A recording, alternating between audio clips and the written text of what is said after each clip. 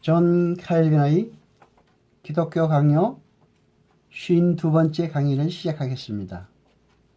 이 강의는 존 칼빈의 기독교 강요 제3권 제3장서부터 시작하겠습니다. 회개와 죄의 용서는 곧 새로운 생활과 거저 얻는 화해는 그리스도께서 우리에게 주시는 것이며 우리는 믿음을 통해서 그것을 얻습니다.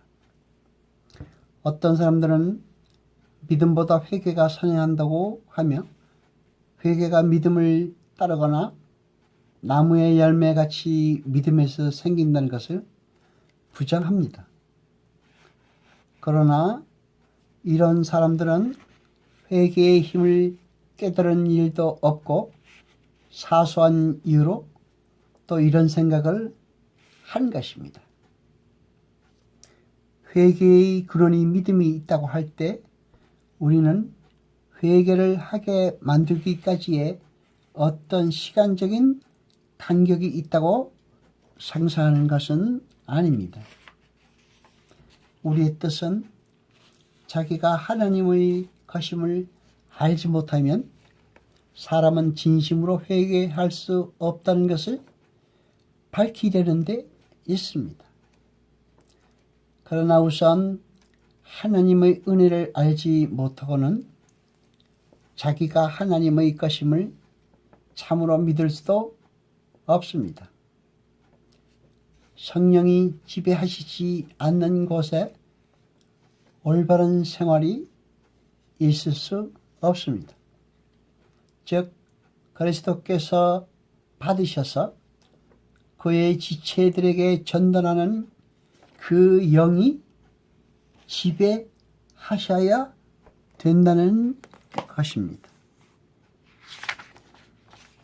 회개에 대한 성경의 기사를 보면 이들은 자기의 죄가 중대함을 인정하고 하나님의 진노를 두려워했지만 하나님을 처벌자와 심판자로만 생각했기 때문에 그 생각에 압도되었습니다. 그러므로 그들은 이 생에서 아마 지옥에 들어간 사람, 즉 하나님의 존엄하신 진노 앞에 벌을 받기 시작한 사람들이었으며 그들의 회개는 지옥을 향하는 관문에 지나지 않았던 것입니다. 그러나 여러분, 복음의 회개의 예는 죄의 가시에 찔려 아픔을 느끼면서도 하나님의 자비를 믿고 생기를 얻어 다시 일어나 주께로 돌아선 사람들입니다. 히스기야는 죽으리라는 말씀을 들었을 때 공포에 떨었습니다. 그러나 그는 울면서 기도했으며 하나님의 선하심을 바라보고 확신을 받았습니다.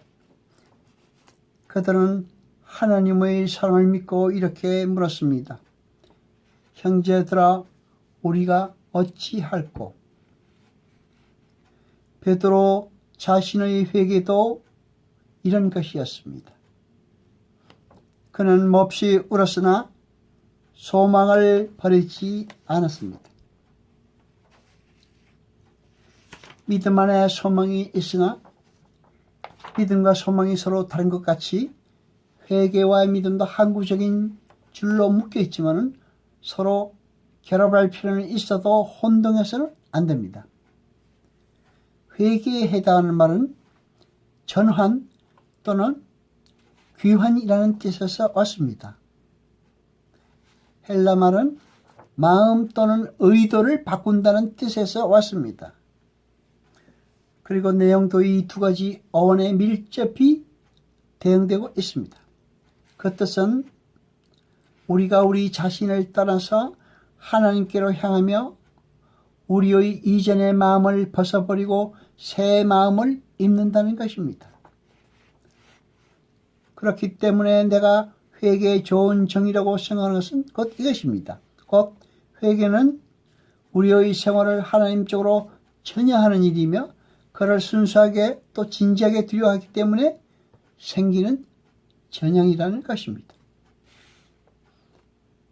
그리고 회개에 이어서는 옛사람과 육을 죽이는 것과 성령에 의한 삶으로서 성립된 것입니다.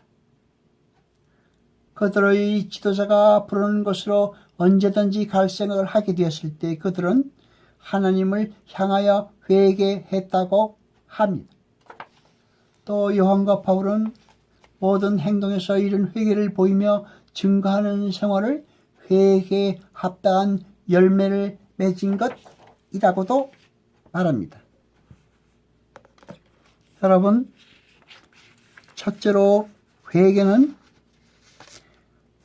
하나님께로 생활을 전향하는 것이라고 할 때 그것은 이면적인 행위뿐만 아니라 영혼 자체가 변화한 것을 요구합니다. 둘째로 회개는 하나님을 진지하게 두려워하는 데서 생깁니다. 사람의 생활이 모든 덕으로 가득 찼다 할지라도 만일 하나님을 경배하지 않는다면 그런 생활은 세상의 칭찬을 받겠지만 하늘에서는 가증한 것에 불과합니다. 이는 하나님에게 그의 권리와 영광을 돌리는 것이 의의 가장 중요한 부분이며 우리가 하나님의 지배하에 복종하지 않는 것은 곧 하나님의 권리와 영광을 도적질하는 불경한 행위가 되기 때문입니다. 셋째로 회개는 육을 죽이고 영을 살린다는 두 부분으로 성립됩니다. 우리는 하나님의 칼이 우리를 쳐 죽이지 않으면 우리가 하나님을 두려워하지 않으며 경건 생활의 초벌을 깨닫지 못할 것이라고 추론합니다.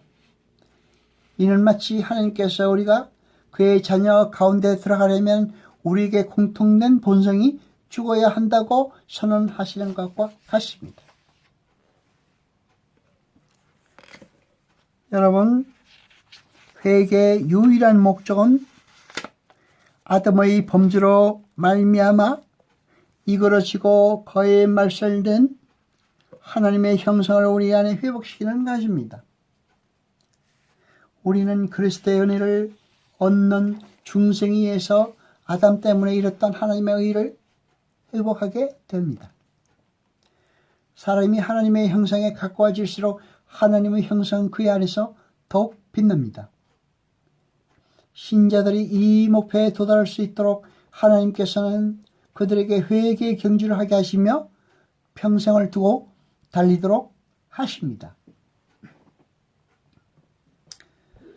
어거스틴은 신자들이 죽을 몸을 가지고 있는 동안은 유격에 매여 있기 때문에 유격을 억제할 수 없다는 것을 인정하지만 이 병을 죄라고 부르지는 않습니다. 연약이라고 부르는 것으로 만족하고 이 연약함을 느끼는 일이나 그에 대한 불안 때문에 어떤 행동이나 동의가 뒤떨을 때, 즉 처음으로 나타난 강력한 경향의 의지가 굴복할 때에 한해서 그것이 죄가 된다고 가르칩니다. 그러나 우리는 사람이 하나님의 법에 반대되는 욕망과 충동을 느끼기만 해도 그것을 죄라고 생각합니다. 성도들에게 관한 한 죄는 땅에서 지배력을 잃고 하늘에서 소멸됩니다. 이런 말로 신자들이 육의 욕망에 굴하는 동안에, 그러나 그 동안에는 죄를 짓는다는 것을 인정합니다. 신자들이 성령의 주시는 힘을 받아 죄에 대해서 우세하게 되며 드디어 싸움에서 이기기 때문입니다. 그러나 죄는 지배력을 잃을 뿐이지 그것이 신자의 안에서 거하지 않는 것은 아닙니다. 따라서 우리는 옛사람이 십자가에 못 박히고 죄의 법이 하나님의 자녀들 안에서는 폐지되었지만 다소의 흔적은 남아 있다고 말합니다. 그 흔적은 그들을 지배하는 것이 아니라 그들로 하여금 자기의 무기력을 의식하게 하여 겸손하게 만듭니다. 이런 흔적에 대해서는 마치 그것이 전혀 없는 것 같이 책임을 추나가지 않는다는 것을 우리는 인정합니다. 그러나 동시에 우리는 이것이 하나님의 은혜로 되는 일이며 따라서 하나님 앞에 죄인이며 죄책이 있는 자들임에도 불구하고 이 죄책에서 해방된다라고 말합니다. 타고난 부패는 무슨 뜻입니까? 우리는 하나님께서 처음 창조하셨을 때에 사람의 성격에 새겨진 경향들을 정지하는 것은 아닙니다. 이런 경향들을 없앤다면 우리 인간성 자체를 없애야 할 것인데 우리가 정지하는 것은 하나님의 지배에 반응하는 대담하고도 불순한 충동들 뿐입니다. 그런데 인간의 본성이 부패하였으므로 인간의 모든 능력은 오염되고 부패하여 그의 모든 행동이 항상 무질서와 부절제에 빠질 위험성이 있습니다. 이런 경향들 때문에 자제력의 결핍과 불과 분리의 단계에 있게 되는 것입니다. 따라서 우리는 이런 경향들을 악하다고 주장합니다.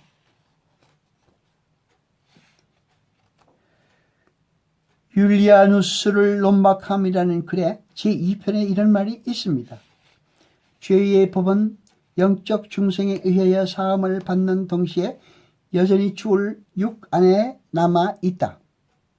그러므로 저 위대한 사도 자신의 지체 안에도 있는 죄의 법은 세례에서 사함을 받으나 죄가 제거되지는 않는다.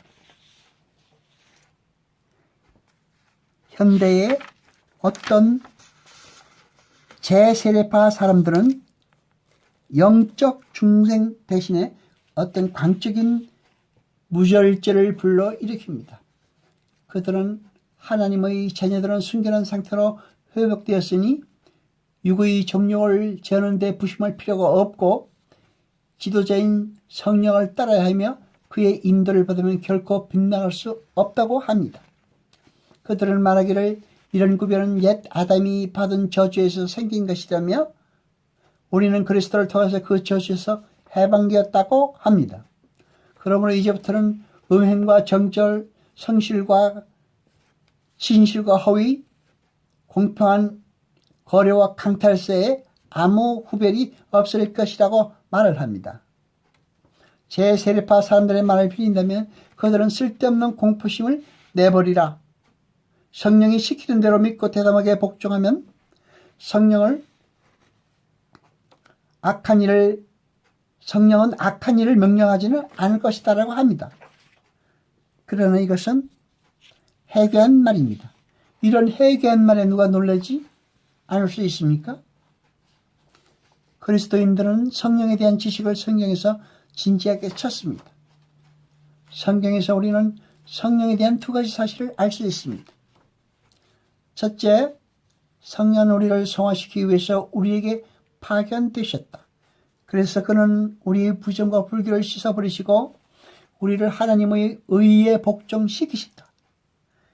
이와 같은 순종이 성립되려면 저 사람들이 고삐를 늦추려고 하는 그 유격을 먼저 누르고 굴복시켜야 한다. 둘째, 우리는 성령에 의해서 성화되지만 육신을 쓰고 있는 동안은 많은 죄와 무기력에 둘러싸여 있다. 그래서 완전과는 아주 먼 우리는 꾸준히 계속 전진해야 한다. 죄와 끊임없이 싸워야 된다는 것입니다.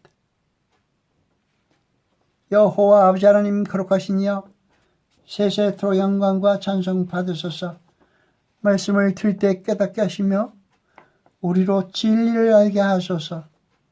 이 모든 것 감사드리며 우리 주 예수 그리스도 이름으로 기도드리옵나이다. 아멘.